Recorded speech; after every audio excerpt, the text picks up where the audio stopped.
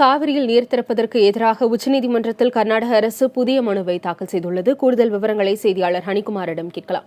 ஹனிகுமார், தற்போது புதிதாக தாக்கல் செய்யப்பட்டுள்ள மனுவில் என்ன கோரப்பட்டிருக்கு?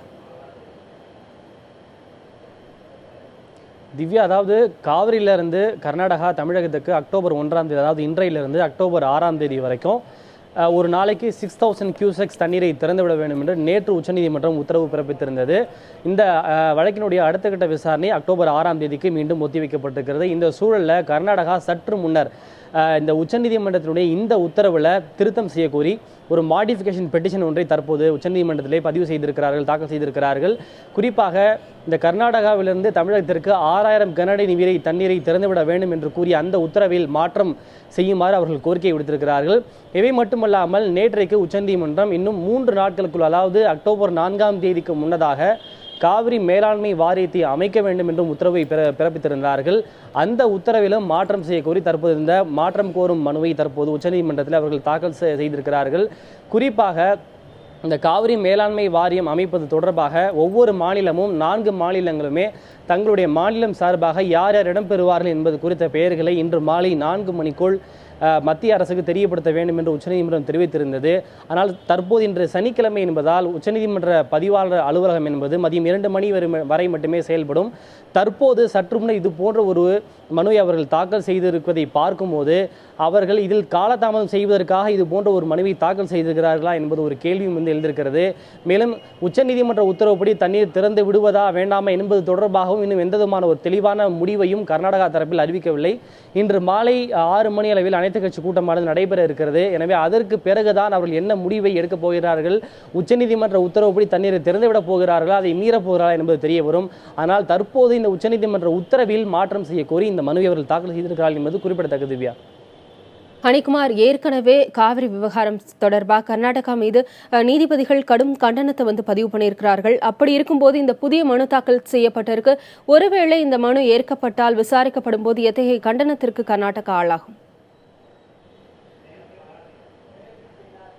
நிச்சயமா நேற்றுக்கு இந்த வழக்கு விசாரணைக்கு வந்தப்போ உச்சநீதிமன்ற நீதிபதிகள் கர்நாடகாவுக்கு மிக கடுமையான தங்களுடைய கண்டனத்தை பதிவு செய்திருந்தாங்க.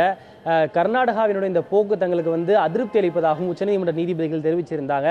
இருந்தாலும் இதை கோர்ட்டு கண்டம் பண்ணாங்களே தவிர கண்டெம்ட் அப்படின்ற விஷயத்துக்கு போகலை. அதாவது கண்டனம் தெரிவிச்சிருந்தாங்களே தவிர நீதிமன்ற அவமதிப்பு அப்படின்ற விஷயத்துக்குள்ள கர்நாடகா உச்சநீதிமன்ற நீதிபதிகள் போகலை.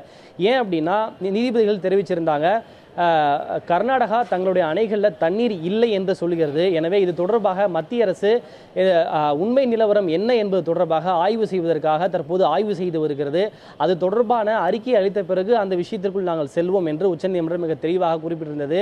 இருந்தாலும் கூட அரசியலமைப்பு சட்டத்தின்படி உச்சநீதிமன்றமே மிக அதிகாரம் வாய்ந்த ஒரு அமைப்பு. உச்சநீதிமன்றம் ஒரு உத்தரவை பிறப்பித்தால் கண்டிப்பாக அந்த உத்தரவை நிறைவேற்றுவதற்கு அனைத்து அமைப்புகளும் அதற்கு உறுதுணையாக இருக்க வேண்டும். நிச்சயமாக கர்நாடகா உச்சநீதிமன்றம் பிறப்பித்த இந்த உத்தரவை அமல்படுத்தியே தீர வேண்டும் என்று மிக தெளிவாக குறிப்பிட்டிருந்தார்கள். ஏற்கனவே 2 முறை காவிரியிலிருந்து கர்நாடகா திறந்துவிட வேண்டும் என்று உச்சநீதிமன்றம் உத்தரவு பிறப்பித்திருந்தது. 2 முறை உச்சநீதிமன்றம் பிறப்பித்த அந்த உத்தரவை கர்நாடகா நிறைவேற்றவில்லை. எனவே இதுதான் உங்களுக்கு கடைசி வாய்ப்பு என்பதையும் அவர்கள் நீதிபதிகள் மிக தெளிவாக தெரிவித்திருந்தார்கள். ஆனால் தற்போது அவர்கள் இது போன்ற ஒரு திருத்தம் கோரும் மனுவை தாக்கல் செய்திருக்கிறார்கள். ஒருவேளை உச்சநீதிமன்றம் உத்தரவிட்டபடி தண்ணீரை திறந்து விட்டுவிட்டு நீதிமன்றத்தின் மூலமாக இந்த வழக்கை சந்திக்கலாமா என்பது குறித்தும் கர்நாடகா ஆலோசித்து வருகிறது.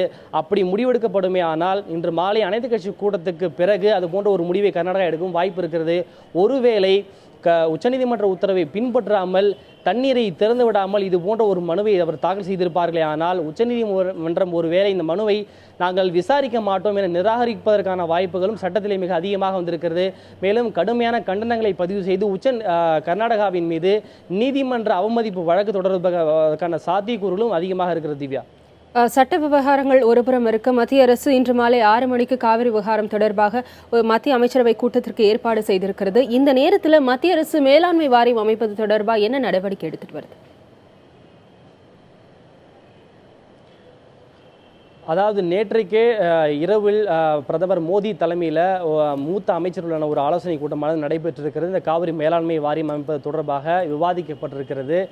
இன்று மாலை 4 மணிக்குள் ஒவ்வொரு மாநிலமும் கர்நாடகா, தமிழ்நாடு, புதுச்சேரி மற்றும் கேரளா ஆகிய 4 மாநிலங்களும் தங்கள் மாநிலத்தின் சார்பாக எந்தெந்த நிபுணர்கள் இடம்பெறுவார்கள் என்பது குறித்த அந்த பெயர்களை இன்று மாலை 4 மணிக்குள் கொடுக்க வேண்டும் என்று சொல்லியிருந்தது. அப்படி ஒருவேளை கர்நாடகா தன்னுடைய பெயரை நீதிமன்றத்தில் தற்போது வழக்கு தொடர்ந்திருப்பதால் நாங்கள் தங்களுடைய பெயரை பரிந்துரைக்க முடியாது என மத்திய அரசுக்கு கடிதம் அனுப்பவும் வாய்ப்பு இருக்கிறது. எனவே 4 மணிக்கு பிறகு யார் யார் பெயரை அனுப்பியிருக்கிறார்கள், பரிந்துரை செய்திருக்கிறார்கள் என்பது குறித்த விவரங்கள் நமக்கு தெரிய வரும். அதே போல இன்று மாலை 6 மணிக்கு மீண்டும் பிரதமர் நரேந்திர மோடி தலைமையில் ஒரு கூட்டத்திற்கு ஏற்பாடு செய்யப்பட்டிருப்பதாக, அமைச்சரவை கூட்டம் நடைபெற இருப்பதாகவும் தகவல் வெளியாகி இருக்கிறது. அந்த கூட்டத்திலே மத்திய அரசின் சார்பாக யார் யார் இடம்பெறுவார்கள், இதில் சேர்மனாக இடம்பெறப் போகிறவர்கள் யார், உறுப்பினராக இடம்பெறப் போகிறவர் யார் என்பது தொடர்பான ஆலோசனைகள் நடைபெறலாம் என்கிற ஒரு தகவலும் வெளியாகி இருக்கிறது. எனவே இன்று மாலை 6 மணிக்கு பின்னர் அது தொடர்பான ஒரு முழுமையான தகவல் வெளியாகலாம். திவ்யா.